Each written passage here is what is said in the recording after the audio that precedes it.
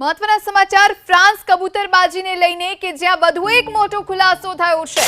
France કબૂતરબાજીમાં વધુ એક મોટો ખુલાસો થયો છે। જે પ્રમાણે અત્યારે અપડેટ્સ પ્રાપ્ત થઈ રહ્યા છે, કબૂતરબાજીનું રેકેટ કરનારાઓના નામ સુધી સીઆઈડી પહોંચી ગઈ છે। એજન્ટ્સ પર નજર રાખવામાં આવી રહી હતી સર્વેલન્સથી, ત્યારે હવે કબૂતરબાજોની સંડોવણી સામે આવી છે। કિરણ અને માઇકલ નામના આ કબૂતરબાજોની સંડોવણી ખુલી છે।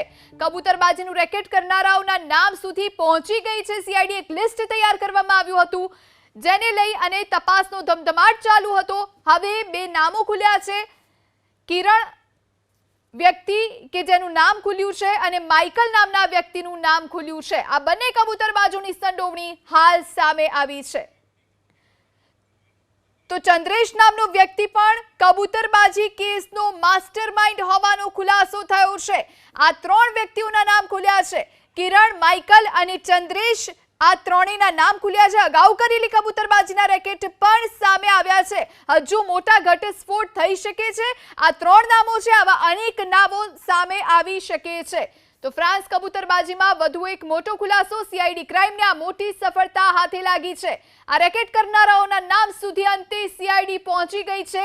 ચંદ્રેશ નામનો વ્યક્તિ કે જે આ કબૂતરબાજીનો માસ્ટરમાઇન્ડ હોવાનો ખુલાસો થયો। આ તરફ માઇકલ અને કિરણ પણ બંને એજન્ટો છે। હજુ પણ વધુ અમદાવાદ, કલોલ, મહેસાણા અને કડીના એજન્ટો પણ રડાર પર હોવાની વાત ખુલી રહી છે।